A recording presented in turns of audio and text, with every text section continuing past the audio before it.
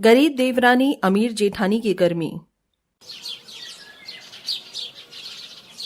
हे भगवान, माँ जी कितनी गर्मी हो गई है ना। अभी तो जून जुलाई बाकी है, अप्रैल में ही यही हाल है। ऊपर से ये ऐड देखकर मेरा भी कोल्ड ड्रिंक या कुछ ठंडा पीने का मन कर रहा है। सही बोल रही है बहू, मेरा भी कुछ ठंडी शरबत पीने का मन कर रहा है, पर गर्मी के मारे आलस इतना है कि उठने का मन नहीं कर रहा। मेरा भी माँ जी, बिल्कुल भी उठने का मन नहीं है। वो नौकरानी प्लस देवरानी कब काम आएगी? अभी उसे बुलाती हूँ। अरे ओ आयशा, आयशा, अरे कहाँ मर गई देवरानी? जी दीदी बोलिए, आपको कुछ काम है? काम तो है, पर तू बता कि क्या कर रही है? मैं कपड़े धो रही थी दीदी, बाहर। पता है आपको, टंकी का पानी बहुत गर्म आ रहा है, बहुत गर्मी लग रही है। तो मैं क्या करूं? अब तुझे कपड़े धोने के लिए अपने महंगे से फ्रिज से पानी निकाल कर दूं? नहीं नहीं दीदी। दीदी पिद्दी क्या लगा रखा है, बहुत गर्मी लग रही है, गला सूख रहा है। जाकर अच्छा सा नींबू पुदीने वाला शरबत बना कर ला। हाँ, थोड़ा सा एक्स्ट्रा ग्लास बनाना। माँ जी और मैं 2-3 गिलास पियेंगे। कपड़े बाद में धोना, पहले हमारा काम करो। ठीक है दीदी। आयशा अपना काम छोड़कर खुद भी गर्मी से परेशान होते हुए अमीर जेठानी के फ्रिज से सास और जेठानी के लिए नींबू पुदीने का ठंडा बर्फ का शरबत बना देती है, जिसे वो पहले उन्हें 2 गिलास भरकर पिलाती है। आह, ऐसा तरोताजा ठंडा शरबत पीकर तो गले को सुकून मिल गया। हाँ बहू, मुझे भी राहत मिल गई, जरा और दे। मुझे भी। मैंने पूरा जग भर का शरबत बनाया है, थोड़ा सा मेरे लिए बच जाएगा तो मैं भी पी लूंगी। जी माँ जी। आयशा उनका गिलास 2 बार दोबारा भर देती है, जिसे वो पी लेते हैं। अंत में सिर्फ एक गिलास शरबत आयशा के लिए बचा था, जिस पर अमीर जेठानी की नजर थी। हे भगवान, मेरा तो ज्यादा शरबत पीकर पेट ही भर गया, अब एक गिलास शरबत बचा है। कहीं मेरी फ्रिज का ठंडा शरबत इसे मिल गया तो नहीं। ऐसा मैं नहीं होने दूंगी, इसको तो गर्मी में ही सड़ना होगा। जेठानी जानबूझकर उसके सामने से धक्का देकर उठती है तो हाथ से जग का सारा शरबत गिर जाता है। ओहो, ये क्या हो गया? आयशा मुझे माफ कर दो, सारा शरबत गिर गया। मैं तो चाहती थी कि तुम ये शरबत पी लो। खैर छोड़ो, तुम्हें कपड़े धोने थे ना, जाओ जाकर वही धो लो और ये भी साफ कर देना। अब भूत बनकर क्या खड़ी है, जा इस गिलास को भी ले जा। जी माँ जी। बेचारी गरीब देवरानी अमीर जेठानी के सामने बहुत दबती थी और आयशा पर अम्बा देवी अलग से बरसती थी। उसे तो सिर्फ अपनी अमीर बड़ी बहू के पैसे और दहेज का सामान दिखाई दे रहा था, जिस वजह से वो अपनी बड़ी बहू की सुनती है, और गरीब देवरानी कोई दहेज नहीं लाई थी, जिस कारण वो दोनों उसके साथ अत्याचार करते हैं। ये तो सिर्फ 1-2 ही नजारे थे। वो तो सुना होगा आपने, दमड़ी के लिए चमड़ी उधेड़ देना। बिल्कुल अमीर जेठानी ऐसी ही थी। अपनी बात के लिए वो गरीब देवरानी को बहुत परेशान करती थी। वो तो अपने मायके से एसी लाती है और दोनों सास बहू एक ही कमरे में रहते हैं, और बढ़ती गर्मी से परेशान आयशा, उसके कमरे में एक मरा सा पंखा चलता था जो उसको बिल्कुल राहत नहीं देता था। हे भगवान, मुझे अपने कमरे में बहुत गर्मी लग रही है। एक तो सारी धूप इसी कमरे पर पड़ती है, दीदी का कमरा तो अंदर है और ये पंखा भी खराब हो गया है, बहुत पसीना आ रहे हैं। दीदी के फ्रिज से ठंडा पानी पी लेती हूँ थोड़ा। काम से थककर आयशा जेठानी के फ्रिज से ठंडा पानी पीने जाती है तो उसके फ्रिज खोलने पर ही जेठानी उसका हाथ झटक देती है। तुम्हारी हिम्मत कैसे हुई आयशा मेरी महंगी फ्रिज को छूने की? अगर ये खराब हो गया तो क्या इसका खर्चा पानी तुम करोगे? तुम तो इतनी गरीब होगी, तुम्हारे पास ढंग की साड़ी भी नहीं है, ना कमरे में एसी कूलर है। वो तो छोड़ो, ना तुम्हारा पति की कोई औकात है और ना ही तुम्हारे मायके वालों की। अब कम से कम मेरी चीजों को छूकर इसे गंदा मत करो। माना कि दीदी ये आपका फ्रिज है, पर भला मेरे छूने से आपका फ्रिज कैसे खराब हो, गंदा हो जाएगा। मैं सिर्फ पानी ही तो पी रही थी, मुझे बहुत गर्मी लग रही थी, इसीलिए मैंने सोचा कि आपके फ्रिज से निकाल कर पानी पी लूं। पर आपने तो मुझे इतना कुछ कह दिया जो शायद आपको कहना नहीं चाहिए था। हाँ, मेरे पति इतना नहीं कमाते और मैं गरीब घर से आई हूँ, पर आप इस तरह बेइज्जती करेंगी ये मैं बर्दाश्त नहीं कर सकती।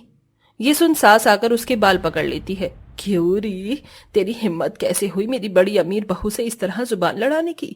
एक तो मेरी बहू का फ्रिज छू रही है और उसे उस पर पे पे पे पे कर रही है। तू तो अपने गरीब घर से बड़ा दहेज लेकर आई, सोना चांदी के नाम पर एक कान के कुंडल भी नहीं दिए, और इतनी गर्मी हो रही है, कूलर एसी पंखा कुछ नहीं लेकर आई। दोबारा गाल चलाया ना तो तेरे थूतरे को तोड़ दूंगी। चल जा यहाँ से, शाम को मेरे बहू बेटों के लिए आम पन्ना बन जाना चाहिए। जी माँ जी। बेचारी आयशा पानी तो पीती नहीं है, बेचारी का खून और सुखा देते हैं। मजबूरन आयशा टंकी से ही गिलास में पानी भरकर पीती है, जो कि गर्म था।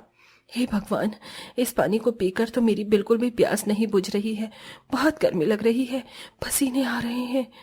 वक्त गुजरता है। गरीब देवरानी के साथ सास और जेठानी बहुत जुल्म करते हैं और जेठानी मजे से घर का बिना कोई काम किए अपने एसी की ठंडक में पड़ी रहती थी। कभी कोल्ड ड्रिंक तो कभी ठंडा जूस पीती थी। दोनों में से कोई भी आयशा से नहीं पूछता था। रात का बचा खाना भी उसे ही खिलाते थे। फ्रिज में दूध न रखने देने की वजह से दूध फट जाता था तो उसका इल्जाम भी जेठानी देवरानी के मत्थे ही मरती थी। आयशा का पति अरविंद अपनी पत्नी की हालत से वाकिफ था, इसलिए वो उसके लिए एक छोटा सा कूलर ले आता है, जिसकी हवा खाकर वो बहुत खुश हो जाती है। अरे वाह अरविंद जी, ये तो बहुत ठंडी हवा दे रहा है, छोटा सा कूलर भी। हाँ, क्या करूं, तुम्हें इतना परेशान नहीं देख सकता था।